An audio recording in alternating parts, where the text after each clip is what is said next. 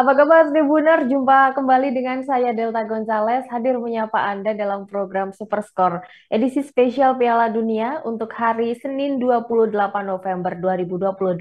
Dan kali ini kita akan membahas big match Spanyol versus Jerman. Aduh, ini sudah pasti akan sangat seru ulasannya. Sudah bergabung dengan saya di sini ada Bang Husen Sanusi, wartawan olahraga Tribun Ternate, dan Bang Komang Agus, wartawan olahraga Tribun Bali. Halo Bang Husen, halo Bli Komang. Halo Delta, Bang, halo Delta, ya, salam bola. terlihat cerah, kita semua pakai jersey di sini. Nah, yang akan kita bahas adalah big match Spanyol versus Jerman. Ini menurut saya termasuk final yang kepagian, tapi tidak tahu apakah masih layak disebut sebagai final atau seperti apa. Jadi ini pertandingan dari grup E untuk match kedua, di mana untuk match pertama Spanyol melumat habis Costa Rica 7-0, sementara Jerman harus takluk dengan wakil dari Asia 1-2 atas Jepang. Oke, Bang Husen, saya pertama ke Bang Husen Samsi terlebih dahulu. Di sini kita lihat kemarin Spanyol begitu perkasa ya, melibas habis Keylor Navas sebagai kiper dari Costa Rica. Nah, bagaimana pengamatan dari Bang Husen melihat penampilan Spanyol di matchday pertama? Ya, terima kasih Delta atas waktunya. Spanyol pada pertandingan pertama saya kira eh, sangat luar biasa di mana dia mampu meraih kemenangan yang sangat besar. Mm-mm. Eh, apa faktor yang menyebabkan Spanyol mampu menang besar di pertandingan tersebut? Pertama tentu adalah faktor dari pelatih Luis Enrique yang mampu eh, menerapkan sebuah strategi yang sangat bagus di mana dia mampu menggabungkan antara pemain Spanyol yang muda dan yang pengalaman, dan itu terbukti mereka mampu mencetak banyak gol ke gawang Costa Rica meskipun dijaga oleh kiper yang cukup ini dengan Real Madrid ya. Ya. eh tapi sebenarnya yang paling berpengaruh besar dari pertandingan tersebut adalah lawan ya yang tidak sepadan. Artinya jika membandingkan antara Spanyol dan Costa Rica tentunya cukup jauh dari sisi kualitas apapun, baik dari sisi kualitas tim, terus kualitas pemain dan lain sebagainya. Mm. Artinya Spanyol saya kira dengan kemenangan besar tersebut itu sebuah modal yang sangat berharga bagi mereka untuk menatap laga selanjutnya di mana mereka akan menghadapi Jerman. Tapi ini apa namanya secara kualitas memang Spanyol kemarin cukup dilihat bagus ya bagaimana Mm. mereka bermain solid dari lini pertahanan terus di lini tengah dan Mhm. lini depannya juga sangat luar biasa.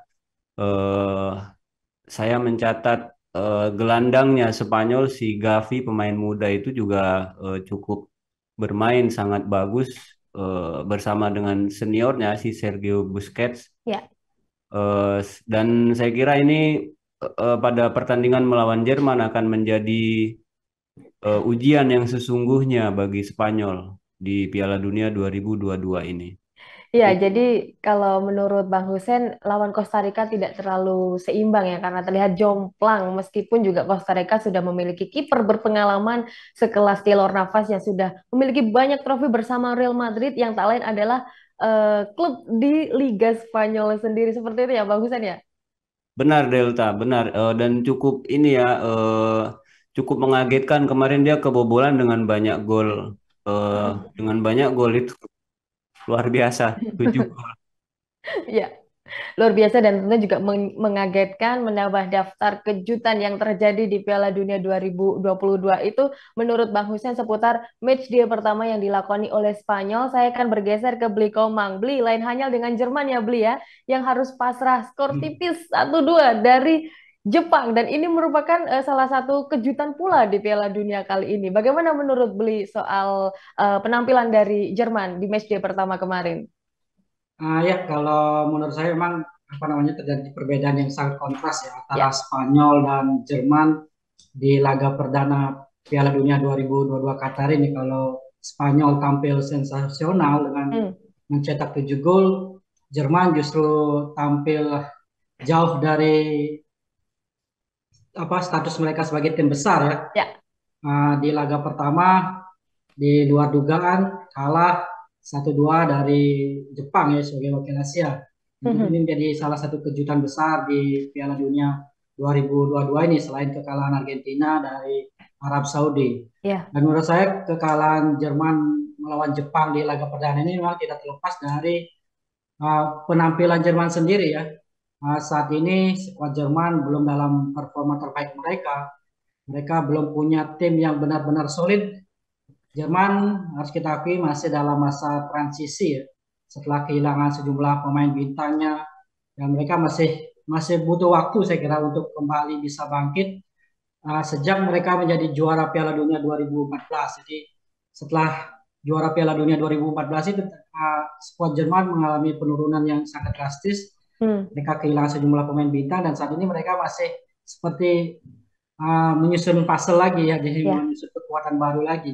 Dan kita lihat di Piala Dunia 2022 ini mereka belum juga menemukan atau menunjukkan kapasitasnya sebagai sebuah tim besar ya. Di laga pertama mereka langsung kalah dari Jepang.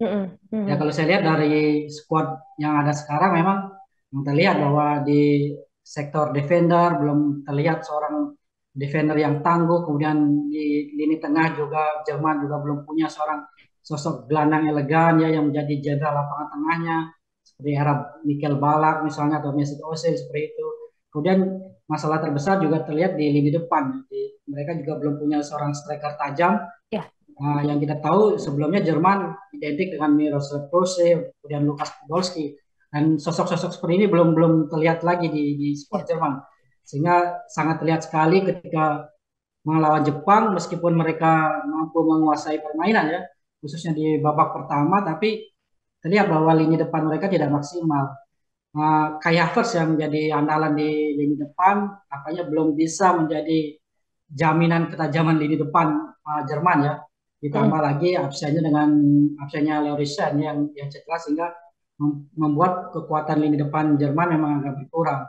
Sebenarnya Thomas Muller yang menjadi andalan Jerman dalam beberapa tahun terakhir itu ya harus kita akui bahwa performa dia sudah mulai menurun karena termakan usia. Jadi inilah yang menjadi masalah bagi Jerman sendiri bahwa mereka masih menghadapi masa transisi ya. Jadi masih mencari sosok-sosok pengganti pemain-pemain bintang dan sejauh ini Jerman belum memiliki sosok seperti itu. Jadi ini yang menjadi kendala bagi pelatih Jerman Hansi Flick ya.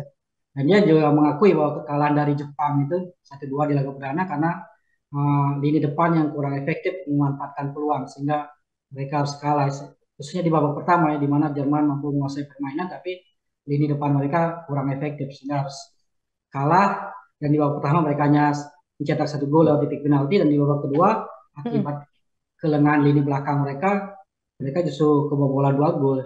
Dan 2 gol yang tercipta ini kan sebenarnya sangat sederhana. Jadi ini memperlihatkan lini belakang Jerman yang sangat-sangat rapuh. Bahkan seorang Ike Gundogan menyebut cara rekan-rekannya di lini belakang bertahan seperti anak-anak SD. Jadi ini menjadi masalah besar juga bagi Jerman. Saya kira itu mungkin Delta. Ya, oke. Memang kalau kita ngomongin Miroslav Klose, sekarang publik Jerman seolah-olah merindukan Miroslav Klose. Dan sampai sekarang, hingga Piala Dunia 2022 ini, Miroslav Klose masih bertengger di puncak top skor dengan raihan 16 gol. Dan sepertinya tidak ada yang bisa melewati Miroslav Klose karena di bawahnya masih ada Gerd Müller, masih ada pemain-pemain yang lebih senior daripada pemain-pemain yang bermain di Piala Dunia sekarang. Apalagi untuk Lewandowski, apalagi untuk Cristiano Ronaldo dan juga untuk Lionel Messi. Oke, ini istimewanya dari Jerman. Dan untuk klasemen sementara, Tribundas dari grup E, Spanyol masih memimpin di puncak klasemen dengan raihan 3 poin. Jerman di runner up dengan 3 poin, sementara mengikuti menurut saya di runner up ada Jepang dengan 3 poin dan juga mengikuti di nomor 3 dan nomor 4 ada Jerman dan Costa Rica yang masih belum mengoleksi 1 poin sama sekali. Nah, lantas Bang Husen, dengan skuad yang sudah seimbang tadi menurut Bang Husen dengan pemain muda dan juga dengan pemain tua sudah termasuk seimbang dan juga komposisinya pas hingga bisa disebut sebagai skuad yang sangat mumpuni. Nah, di sini perlukah Luis Enrique berganti strategi mungkin saat lawan dengan Jerman nanti? Ya, Delta Spanyol ini Ya. antitesanya dari Jerman ya. Maksudnya Mhm. antitesa jika Jerman tadi dijelaskan bahwasanya Jerman masih menyusun puzzle di mana mereka masih mencari komposisi pemain yang pas. Sementara di kubu Spanyol sendiri, Luis Enrique kita lihat cukup eh, nyaman dengan komposisi pemain yang sekarang mereka miliki. Seperti di pertandingan perdana kemarin mereka main dengan formasi 4-3-3 dan saya kira Enrique akan tetap mempertahankan komposisi tim yang kemarin diturunkan di pertandingan terakhir ketika mereka menang besar di Ya. melawan Costa Rica. Mhm. Dan jika dilihat dari komposisi pemainnya, Spanyol terlihat tidak mengalami masalah seperti yang dialami oleh Jerman. Jika Jerman kehilangan sosok seperti Miroslav Klose, sebenarnya Spanyol juga mengalami apa namanya belum juga menemukan pemain yang seperti Fernando Torres, tapi mereka memiliki Torres yang lain kan, yang Ras yang kemarin baru ya di sini.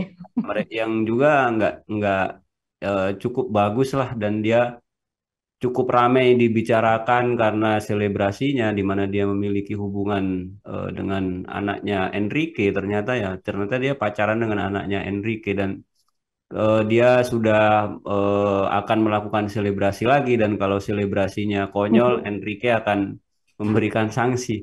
Ah Betul. itu eh, Ferran Torres saya kira cukup memberikan sebuah apa namanya jaminan bagi Spanyol bagaimana mereka bisa memiliki striker yang handal.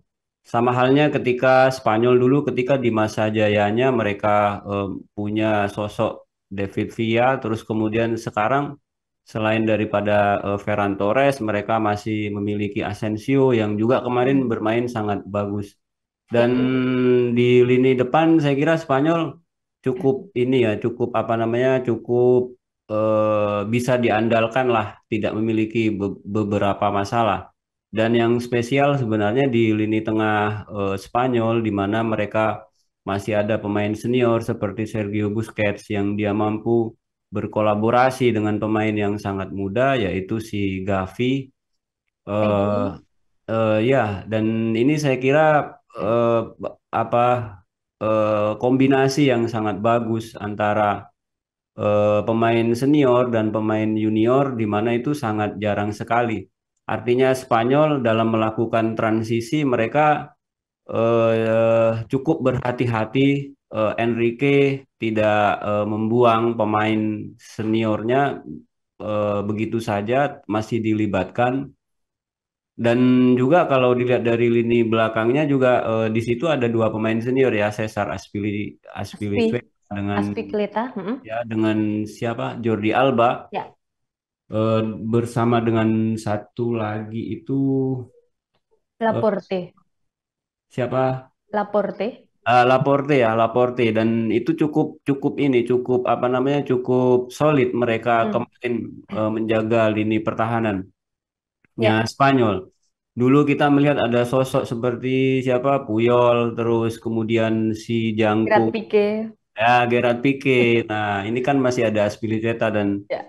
siapa namanya si Jordi Alba. Jordi Alba Mhm. ini kan tergolong pemain senior di mana dia Mhm. dulu juga Mhm.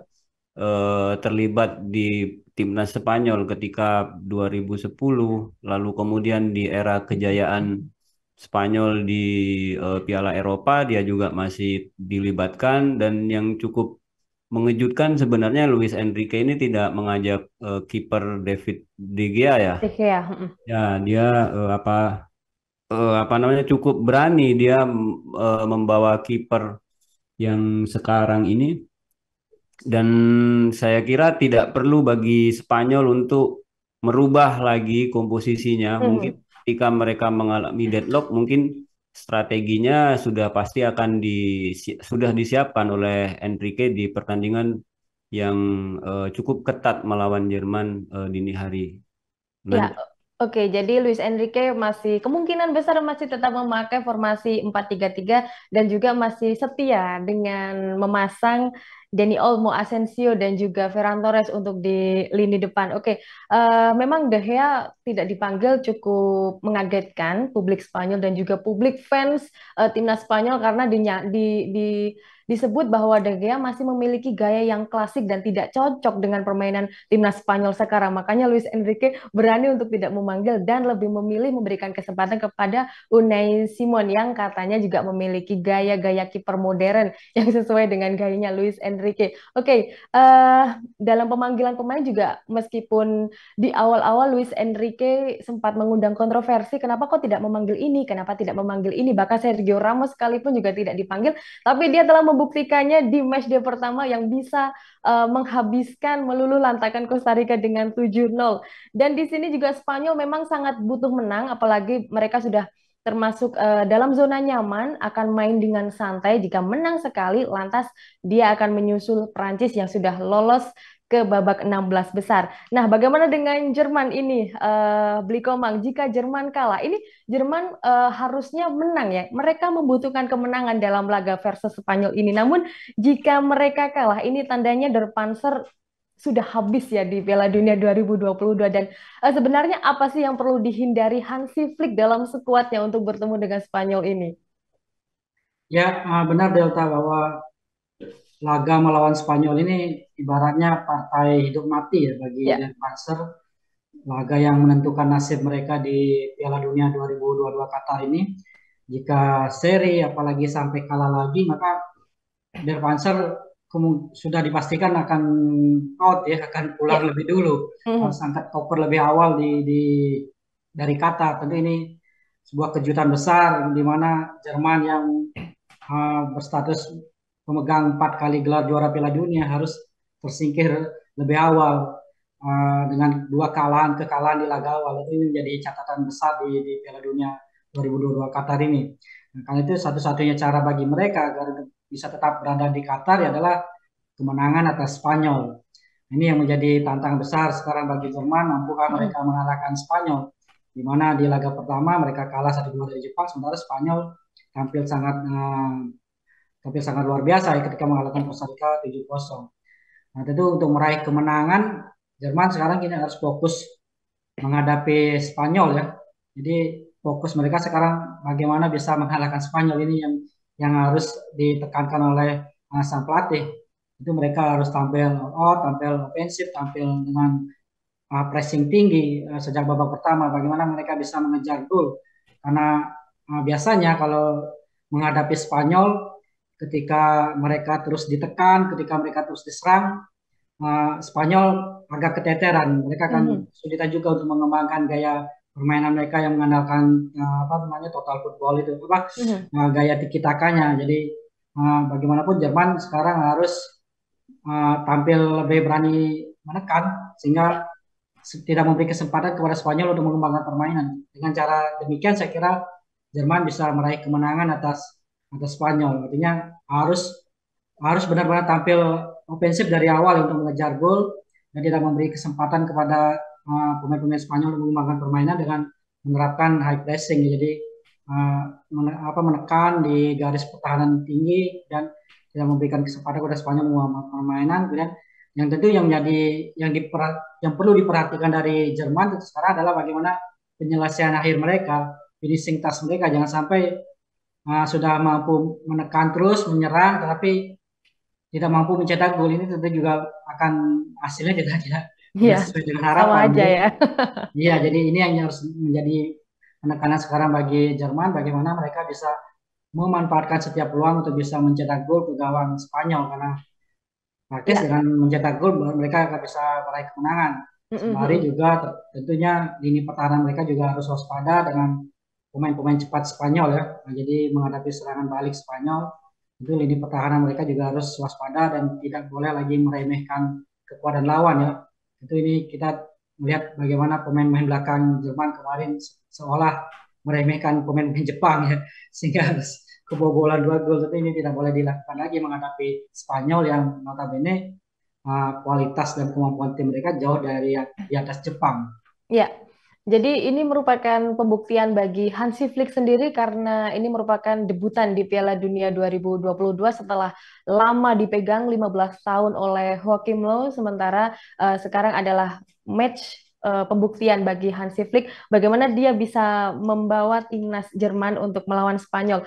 Nah, di sini memang pemain-pemain Jerman juga tentunya dalam kondisi yang sangat tertekan apalagi berjumpa dengan Spanyol yang habis membantai 7-0. Tapi menurut saya Jerman sudah familiar dengan angka 7 ya.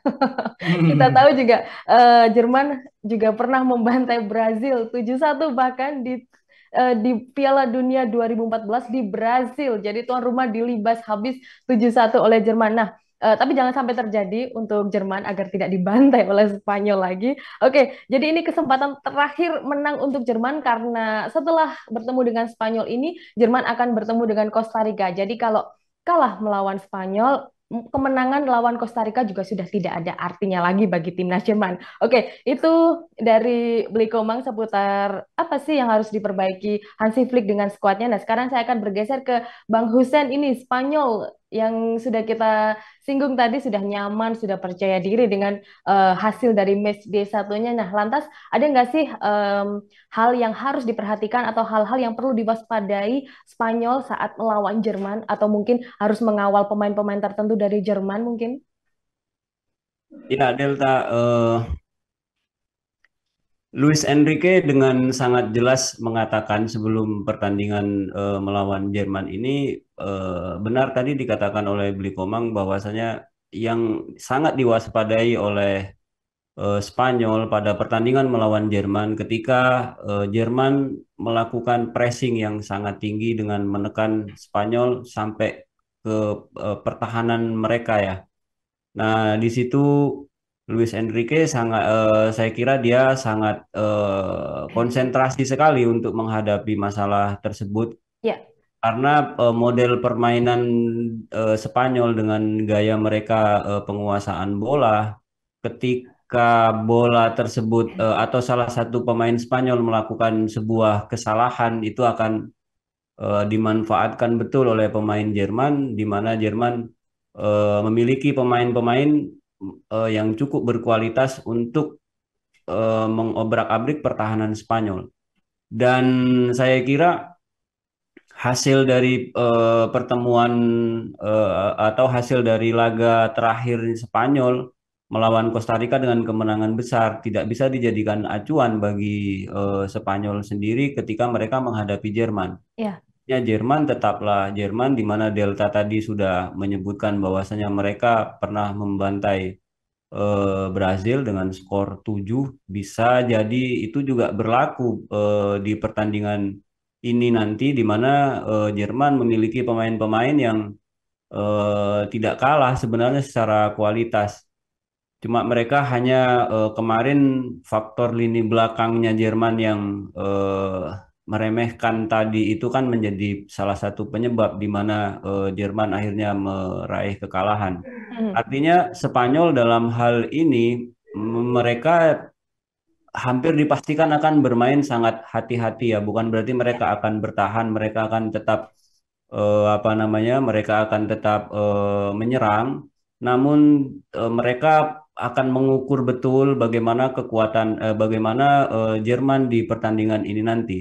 Jerman bukanlah Costa Rica atau tim lain yang bisa dianggap terlalu remeh meskipun dari head to head lima pertemuan terakhir kedua tim ini pada pertemuan terakhir Spanyol menang dengan skor cukup telak ya di Ya, UEFA Nation League 6-0 kalau nggak 6. salah ya.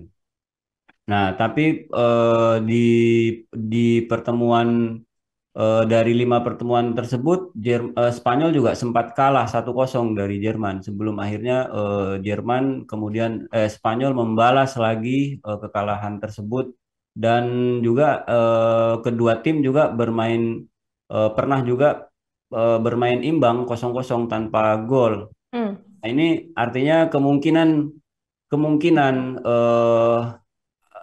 bisa jadi pertarungan yang sangat ketat di di pertandingan ini nanti bisa jadi juga akan ada draw atau hasil Ya. pertandingan yang seri di pertandingan ini nanti. Mm-mm, mm-mm. Oke, jadi eh, jangan-jangan ini akan berakhir seri seperti itu ya dari Bang Hussein. Tapi juga kalau dilihat dari ambisi masing-masing timnas juga memang Spanyol ingin mengulangi kejayaan saat melumat habis Costa Rica, sementara Jerman juga ingin membalas dendam kekalahannya saat bertemu dengan Jepang di match day pertama. Oke, ini akan menjadi laga yang sangat seru, laga yang sengit, bahkan juga bak final kalau menurut saya. Beli Komang, prediksi skor untuk pertandingan ini berapa ini? Ya, boleh di-unmute beli? Ya, saya sepakat bahwa pertandingan ini akan menarik ya. Ya, Ini bagaimanapun tetap berstatus sebagai big match. Meskipun Jerman di laga pertama kalah dari Jepang, tapi tetaplah Jerman ya, dari tim ya. besar di Eropa. Dan tentunya pertemuan dengan Spanyol ini akan menjadi pertandingan yang sangat luar biasa, apalagi mereka dituntut untuk meraih kemenangan. Nah, tapi yang harus kita akui bahwa Jerman punya catatan buruk di laga pertama Piala Dunia lawan Jepang ini. Kemudian Jerman juga punya catatan yang kurang positif ya melawan Spanyol Hmm. dalam beberapa laga terakhir seperti disampaikan tadi Chen, bahwa di laga terakhir bahkan Jerman sempat kalah sangat telak ya, Ya. setengah lusin gol melawan Spanyol ya, kebobolan 6 gol. Dan ini memperlihatkan bahwa Spanyol memang saat ini secara kualitas tim mereka berada satu strip mungkin di atas Jerman ya. Uh, Terbukti bahwa dalam 3 pertandingan terakhir selain kekalahan 6-0 itu Jerman belum pernah bisa mengalahkan Spanyol. Jadi memang ini menjadi tantangan berat bagi Jerman ketika menghadapi Spanyol di laga penentuan, jadi di laga final, di laga hidup mati ini untuk bisa mendapatkan satu tiket ke babak selanjutnya. Hmm. Tapi ya kita kenal juga Jerman bahwa tim ini sering disebut sebagai tim diesel ya. Jadi Ya. mereka sering terlambat panas. Jadi di awal-awal biasa tampil buruk, tapi bisa perlahan mereka bisa segera bangkit. Ini yang harus diwaspadai oleh Spanyol. Uh, di laga kedua nanti bisa-bisa Jerman sudah memanaskan mesinnya lagi, jadi bisa bisa tampil lebih baik, tampil lebih lebih impresif dibanding di laga pertama melawan Jepang. Jadi ini juga harus diwaspadai oleh Spanyol dan ini menjadi satu kekuatan bagi Jerman ya. Dan kita tahu Jerman juga termasuk tim spesialis turnamen, jadi mereka tidak pernah mudah menyerah ya dengan kondisi apapun. Dan ini seperti kita tahu bahwa karakter bangsa Jerman yang tidak pernah mudah menyerah, dan ini juga harus diwaspadai.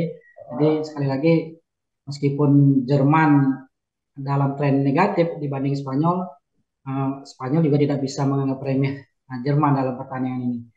Secara teknis maupun kualitas tim, saya akui Jerman masih di bawah Spanyol.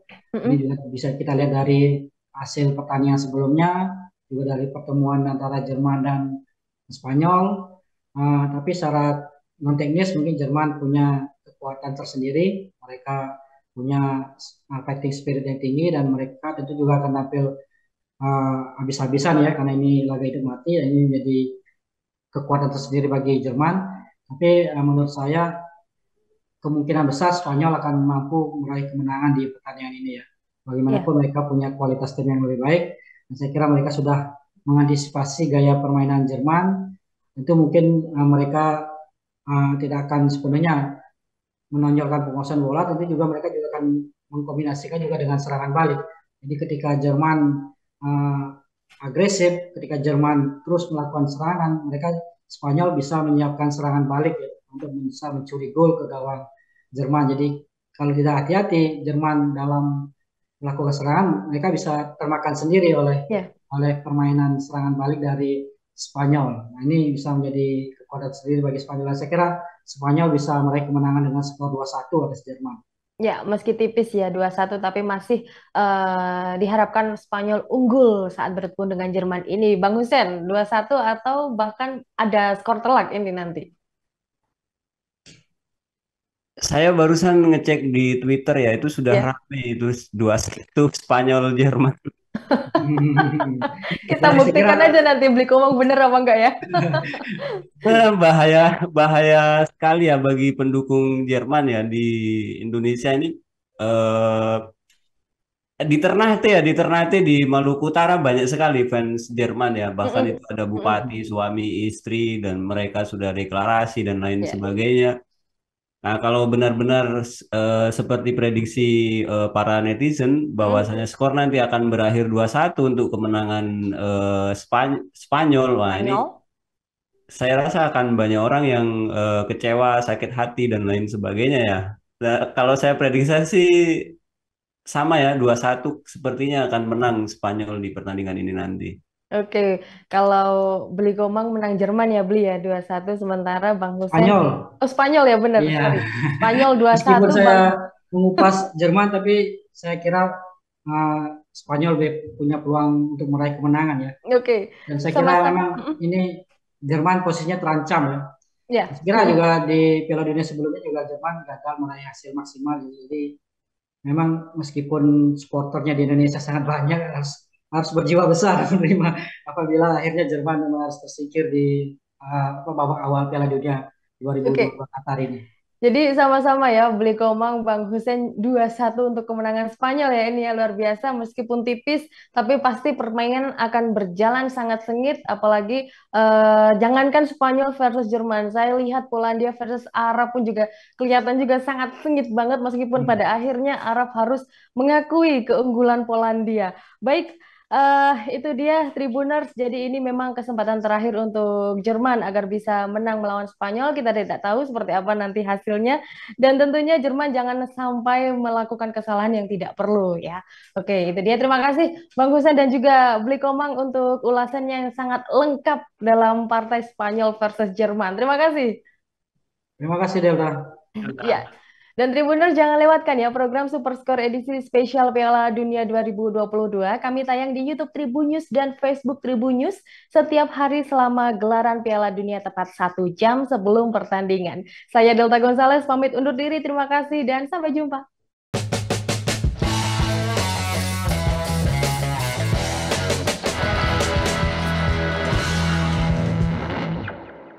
Terima kasih sudah nonton.